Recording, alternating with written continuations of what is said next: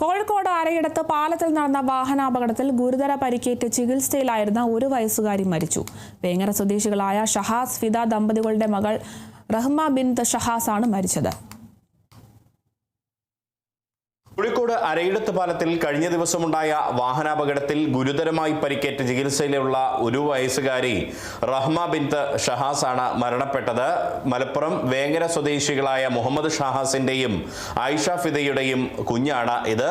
കഴിഞ്ഞ വ്യാഴാഴ്ച, അതായത് ദേശീയ പണിമുടക്ക് ദിനത്തിൽ ഉച്ചയ്ക്ക് 2:15 കൂടിയാണ് കോഴിക്കോട് അരയിടത്ത് പാലത്തിൽ വാഹനാപകടം ഉണ്ടായിട്ടുള്ളത്. ഈ ആയിഷ ഫിദയും ഒപ്പം തന്നെ ഷഹാസും കുഞ്ഞു റഹ്മയും സഞ്ചരിച്ച സ്വിഫ്റ്റ് കാറിൽ എതിരെ അമിത വേഗതയിൽ വരികയായിരുന്ന മാരുതി ജെംനി കാർ ഇടിക്കുകയായിരുന്നു. ഈ മാരുതി ജെംനി കാർ ഇടിച്ച് ഈ കാറിനെ തെറിപ്പിച്ചു. അങ്ങനെ ഇടിയുടെ ആഘാതത്തിൽ തെറിച്ചുപോയ സ്വിഫ്റ്റ് കാർ അരയിടത്ത് പാലത്തിന്റെ കൈവരയിൽ തട്ടിയാണ് നിന്നത്. അല്ലെങ്കിൽ താഴേക്ക് പതിക്കുമായിരുന്നു എന്നുള്ളതാണ് ദൃക്സാക്ഷികൾ പറയുന്നത്.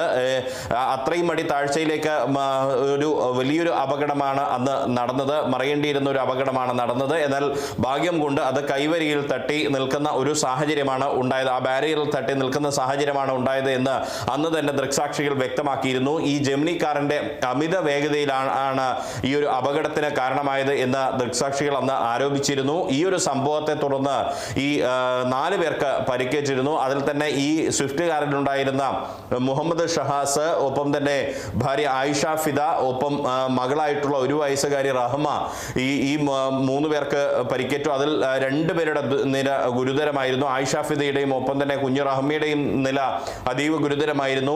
ഈ അരയിടത്ത് പാലത്തിന് തൊട്ടടുത്ത സ്വകാര്യ ആശുപത്രിയിലായിരുന്നു 3 പേരെയും പ്രവേശിപ്പിച്ചിരുന്നു. ഒപ്പം തന്നെ ഈ ജെമിനി കാർ ഓടിച്ചിരുന്ന മാരുതി ജെമിനി കാർ ഓടിച്ചിരുന്ന തച്ചമ്പൂർ സ്വദേശി മുഹമ്മദ് സലീഖിനും അന്ന് നിസ്സാരമായ പരിക്ക് ഏൽക്കുന്ന ഒരു സാഹചര്യം ഉണ്ടായിരുന്നു. അന്ന് ജനങ്ങളെല്ലാം തന്നെ ജെമിനി കാർ ഓടിച്ചയാൾക്കെതിരെ രോഷാകുലരാകുന്ന ഒരു സാഹചര്യം ഉണ്ടായിരുന്നു. പ്രത്യേകിച്ച് ദേശീയ പണിമുടക്ക് ദിവസം, കാര്യമായ വാഹനങ്ങളില്ലാത്ത ഒരു ദിവസം ഇത്തരത്തിൽ അപകടകരമായ രീതിയിൽ ഡ്രൈവിംഗ് ചെയ്തു എന്നൊരു ആരോപണം ജനങ്ങൾ ഈ ഡ്രൈവർക്കെതിരെ ഉന്നയിക്കുന്ന സാഹചര്യമൊക്കെ ഉണ്ടായിരുന്നു. പിന്നീട് ഈ ഗുരുതരമായി പരിക്കേറ്റ് ചികിത്സയിലായിരുന്നു കുഞ്ഞു റഹ്മയും ഒപ്പം തന്നെ മാതാവ് ആയിഷ ഫിദയും. അതിനിടെ ഇന്നാണ് റഹ്മ മരണത്തിന് കീഴടങ്ങുന്ന ഒരു സാഹചര്യം ഉണ്ടായിട്ടുള്ളത്. റഹ്മയുടെ മാതാവ് ആയിഷ ഫിദ ഇപ്പോഴും ഗുരുതര നിലയിൽ ഈ സ്വകാര്യ ആശുപത്രിയിൽ ചികിത്സയിൽ തുടരുകയുമാണ്.